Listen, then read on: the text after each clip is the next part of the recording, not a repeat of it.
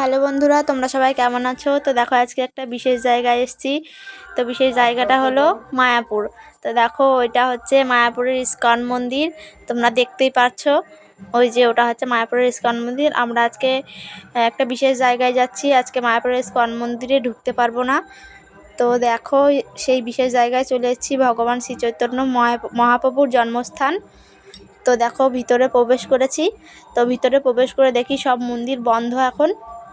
এখন দুপুরে 1টা মতো বাজে। তো আমরা অন টাইমে এসেছি ওর জন্য। তো আজকে ভাগ্নির মুখে প্রসাদ দেবে, সেই ভোগই মুখে মুখে দিয়াবে বলে তার জন্য এসেছিলাম। তো এসে দেখি আমাদের কপালটা খুবই খারাপ, সে ভোগ পাইনি। তো এদিক ওদিক খুঁজে দেখছি যে মহারাজকে পাওয়া যায় কিনা। সবাই বললো মহারাজকে বলে গিয়ে দেখো পাও কিনা। তো দেখো মহারাজকে খুঁজছিলাম। দেখো চারিপাশটা কত সুন্দর, এখানে আসলে মন প্রাণ জুড়িয়ে যায়।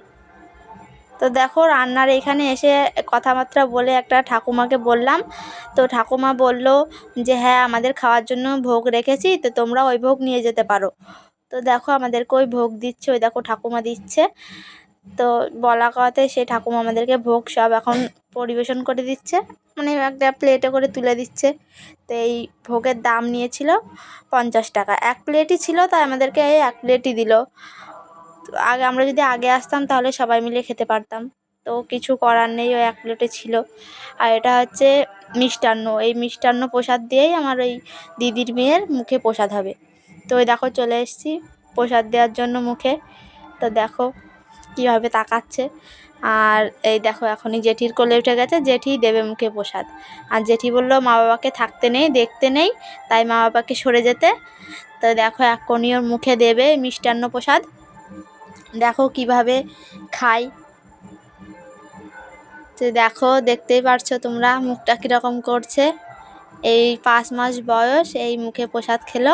এবার থেকেই ও সব কিছু খেতে পারবে। দেখো সব কিছু একটু একটু করে নিয়ে ওর মুখে দেবে। এটা হচ্ছে শ্রী চৈতন্য মহাপ্রভুর ভোগ। দেখো গালে দেবে, গালটা কীভাবে কীরকম করবে। আমরা যদি একটু আগে আসতে পারতাম তাহলে সবাই মিলে খেতে পারতাম। তো এটা হচ্ছে একটা দাদু, উনি সব কিছু বলে দিচ্ছিল। ওই যে আমি দেখো এখন জল খাইয়ে দিচ্ছে। তো দেখো ওর খাওয়া হয়ে গেছে। এখন এই ভোগই আমরা সবাই মিলে জেঠি 1 থালায় মেখে আমাদের সবাইকে ভাগ করে দেবে। তো দেখো আমরা ভাগ করে দিয়েছে, আমরা এখন খাচ্ছি। তো দেখো আমি তোমার দাদা ভাইকে খাইয়ে দিচ্ছিলাম। তো এদিকে সবাই মিলে এক জায়গায় গোল হয়ে বসে খাচ্ছিলাম। তো সবাই মিলে এক জায়গায় বসে খাওয়ার মজাটাই আলাদা। তো তোমরা বন্ধুরা কমেন্ট করে বলো কেমন লাগলো।